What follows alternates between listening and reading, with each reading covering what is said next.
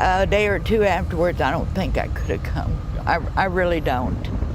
The tornado lifted and I was just desperate for a storm chaser or someone to have seen.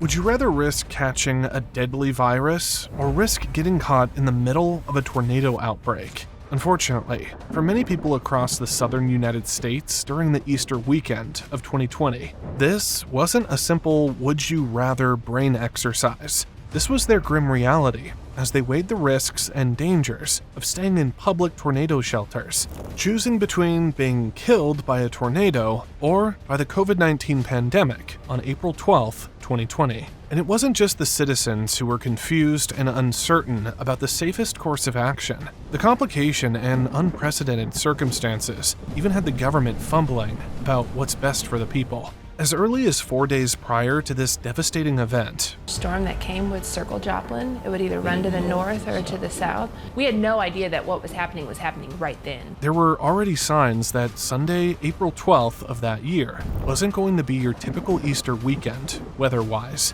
On April 8th, the Storm Prediction Center highlighted 15 probabilities for severe weather within 25 miles of central Texas over the Easter weekend. 2 days later, a Day 3 moderate risk was issued for the southeastern areas of the United States. For context, the SPC typically issues moderate risks only on the day of the actual event. It is, after all, the second highest risk category, so Day 3 forecasts are often too far out to determine whether the weather will indeed be that severe so far in advance. But on rare occasions, once every year or two, it becomes abundantly clear that a Day 3 moderate risk is warranted. Such was the case from April 8th to April 12th. Texas, Oklahoma, Kansas, tornadoes occur in these locations April, May, June. Because the atmosphere was just too primed to be ignored.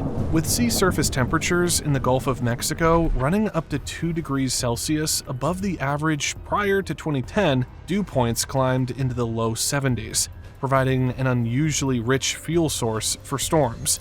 Across the southeast, atmospheric energy skyrocketed, with CAPE values exceeding 2,000 joules per kilogram.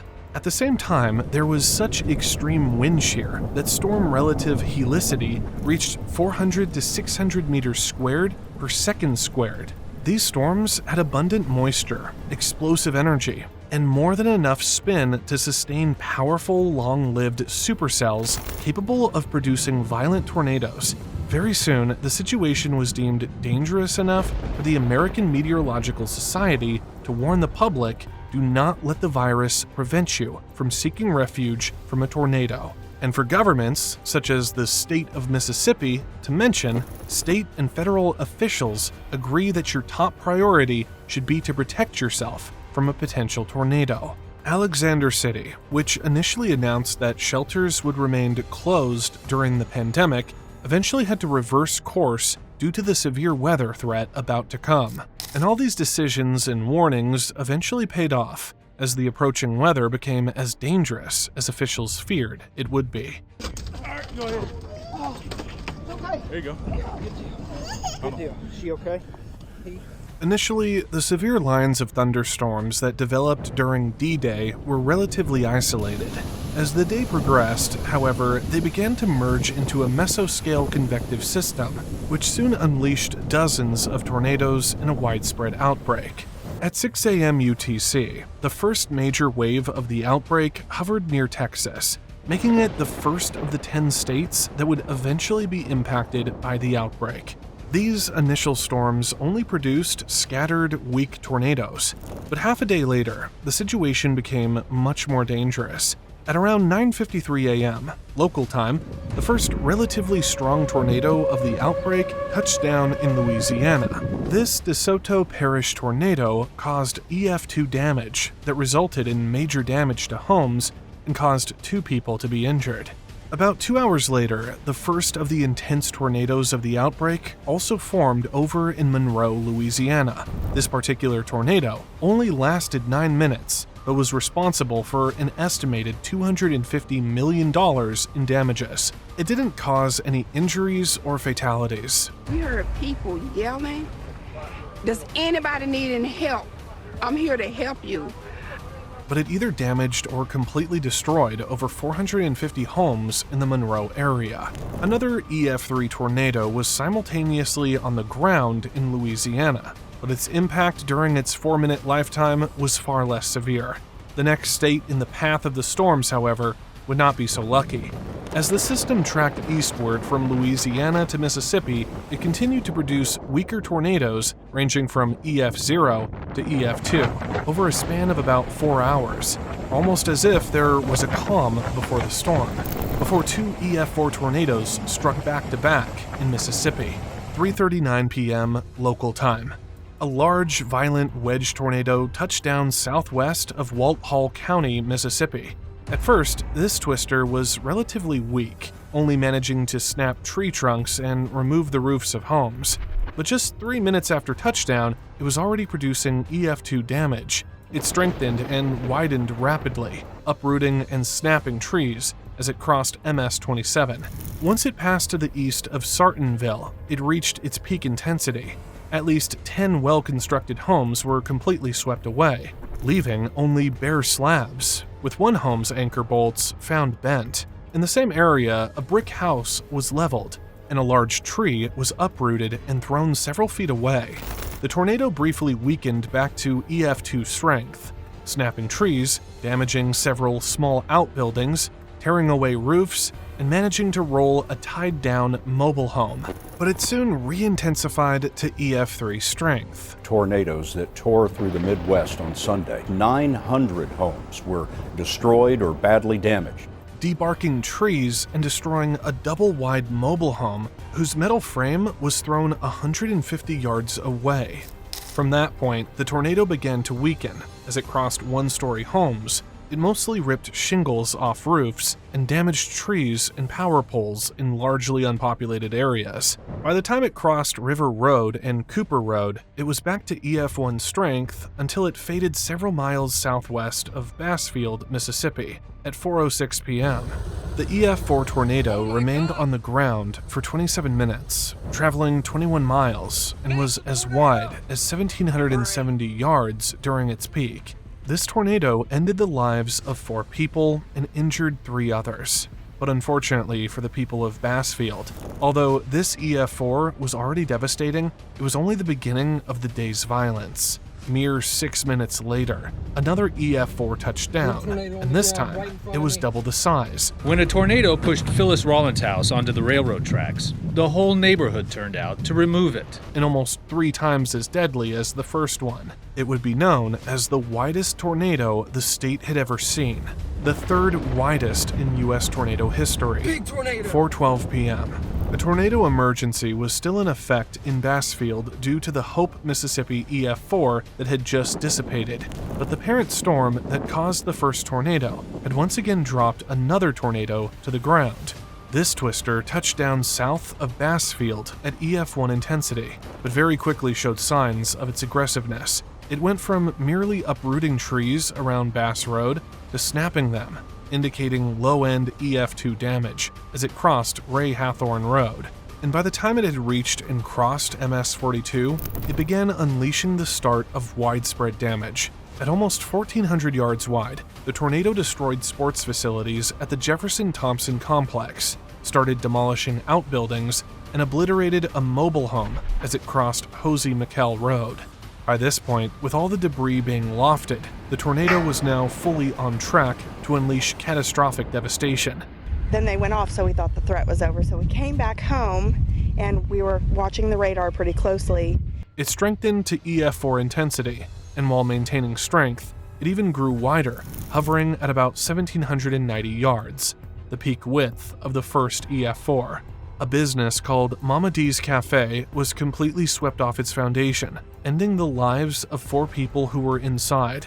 Mobile homes suffered the same fate of being completely blown off their foundations, while well-built homes lost entire exterior walls or roofs. North of Graves Keys Road, the twister reached peak intensity at high-end EF4, with winds of 190 miles per hour. It destroyed a well-anchored wooden cabin. A nearby truck was thrown 300 yards and was barely recognizable afterward. Soon, the tornado reached 1.5 miles wide, lofting debris more than 25,000 feet. Next thing I knew, the tub had lifted and it was out of my hands. I couldn't hold on. Oh my God. As the tornado entered Covington County, it maintained strong EF3 intensity. But despite this slight weakening, it was still powerful enough to devastate entire stretches of rural communities, heavily damaging homes and throwing vehicles hundreds of feet. With ample atmospheric energy still available to feed on, the tornado once again intensified and expanded toward its peak width. After striking a small community along Cold Springs Road, where the tornado produced EF4 level damage by collapsing a well-built home and destroying nearby mobile homes, the tornado expanded dramatically. It grew to an astonishing 3,960 yards, or 2.25 miles, making it the largest tornado ever recorded in Mississippi and the third widest in U.S. history. Its strength fluctuated, but not for long, as the tornado maintained EF3 to EF4 intensity, with winds estimated between 160 and 190 miles per hour. And while its width momentarily contracted to around 1.7 miles, this was nothing more than a brief pause before unleashing more destruction. As the massive tornado continued northeast, it approached the town of Soso, where it once again expanded to 3,520 yards wide at EF3 intensity. Initially, only small outbuildings, chicken houses, and trees were destroyed. 15 minutes later, a tornado ripped through their home, killing Ava's older sister, Aniston. She was a wonderful, wonderful little girl. But soon, the tornado once again stepped back up to EF4 intensity, and even sturdier structures, such as gas stations, sometimes stood little chance. The roof of the Soso First Baptist Church collapsed inward. The town's only grocery store was totaled, and multiple homes were completely destroyed. Soso Elementary School also sustained heavy damage, with its flagpole seen bent nearly in half after the storm passed. Homes, vehicles, and personal properties were scattered for hundreds of yards, and landmarks that had defined the community for decades were gone in a matter of minutes. At this point, the tornado weakened to EF2 intensity, with winds estimated to be less than 130 miles per hour. Its appearance suggested it was finally fading, but the truth couldn't have been more deceptive. As it neared Moss, a small community in Jasper County, the tornado rapidly climbed back to EF4 intensity. Gage Shaw, a storm chaser, had spent the entire day relentlessly chasing storms from Texas all the way to Mississippi. As emergency alerts sounded one tornado emergency after another, he and his team decided to stop along a road near Moss to get a better view of the storm. The horizon was almost pitch black, making it difficult to determine where the tornado even was, until they realized that the entire black mass filling the horizon was the tornado itself. They somehow succeeded in outrunning the tornado. He's deceased. He is deceased. I mean, it was just one of those deals that we had to go from one to the next to the next. But locals who had gathered in homes and churches for Easter services had to face the storm head-on. The community's First Baptist Church was leveled while people inside were actively taking shelter.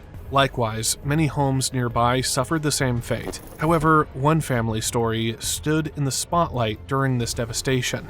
Phillips, along with his wife Amber, their 2-year-old, and their 6-month-old, was watching an online Easter service that Sunday morning.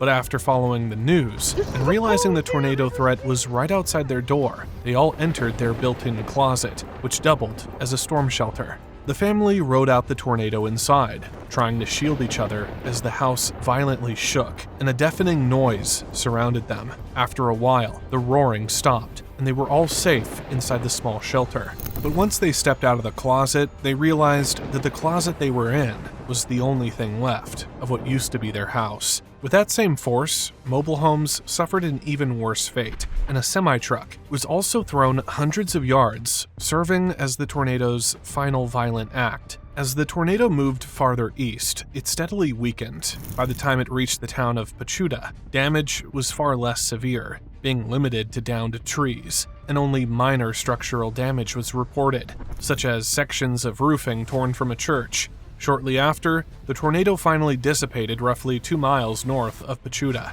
When you go through something like this and experience it, where you don't know if you're going to live or not through it, that really shakes a person. This tornado, known as the Bassfield-Soso tornado, remained on the ground for nearly 68 miles, with its winds peaking at about 190 miles per hour. It was officially labeled as the largest tornado ever recorded in Mississippi, and the third largest tornado in U.S. history. This giant remained on the ground for 1 hour and 16 minutes, killing 18 people and injuring nearly 100 people. One tornado of such scale alone is enough to send chills down our spines when we hear about it. But during the Easter tornado outbreak, 141 tornadoes struck across 10 states, impacting more than 400 counties. Now, yes, the majority of them were relatively weak EF0 and EF1 tornadoes, but having 13 EF3 tornadoes and 3 EF4 tornadoes that devastated thousands of communities across the southern United States is no small number, especially when we translate those statistics into real lives affected. In Mississippi alone, 14 people lost their lives, and hundreds were injured due to the outbreak. These injuries often did not result in minor wounds, but included broken limbs, spinal injuries, paralysis, or traumatic brain injuries, conditions that forever change lives. South Carolina, which also suffered an EF4 tornado, recorded 9 fatalities, and more than 236 people were displaced after losing or severely damaging their homes. One of those who lost their lives was a hardworking 77-year-old security guard when a warehouse collapsed. 8 people lost their lives in Georgia, and 3 met the same fate in Tennessee. In total, 32 lives were lost during the tornado outbreak. But even for those who survived, the days, weeks, and months that followed were still incredibly difficult. There were numerous obstacles that prevented emergency help from reaching the victims quickly. First, this outbreak didn't just bring tornadoes. In eastern Texas, flash flooding and fallen trees caused by strong winds led to multiple road closures that overwhelmed 911 emergency dispatch systems. In North Carolina, even areas that did not experience tornadoes still suffered widespread damage, and one person was killed due to a fallen tree. But perhaps the most difficult obstacle of all was the COVID-19 pandemic. Many of the counties and cities hit by the tornadoes were also actively battling the virus. In rural Upson County, Georgia, for example, where an EF3 tornado struck, COVID-19 cases rose to 162 following the outbreak. Most people had stocked up on food in bulk to avoid social distancing. But after tornadoes displaced hundreds of thousands of people, many were suddenly at risk of losing all that food stored in refrigerators and freezers, if it hadn't already been destroyed by the tornado itself. In worst-case scenarios, some families also lost access to clean water. Whether it was medical care, shelter, food supplies, or restoring electricity and utilities, every essential service was short-staffed and now forced to risk their own health to help others. And even when manpower was available, something as simple as clearing debris became far more difficult, as social distancing made it harder for communities to work hand in hand. At the end of the day, the people of the South managed to survive day after day. Despite the immense difficulties in reaching victims, help poured in from different directions.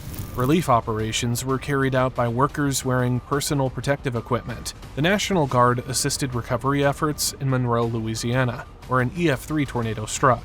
Mississippi received an approved federal disaster declaration twice, once for COVID-19 and a second time that granted access to federal disaster relief funding. Hundreds, if not thousands, of tornado victims were able to acquire hotel rooms and temporary housing to avoid the spread of the virus. Today, if you look at most communities affected by the outbreak, they may no longer resemble disaster zones from Easter of 2020. But out of respect for those who suffered, and to ensure that governments and emergency agencies never repeat the same mistakes, these tornado events must continue to be discussed and remembered.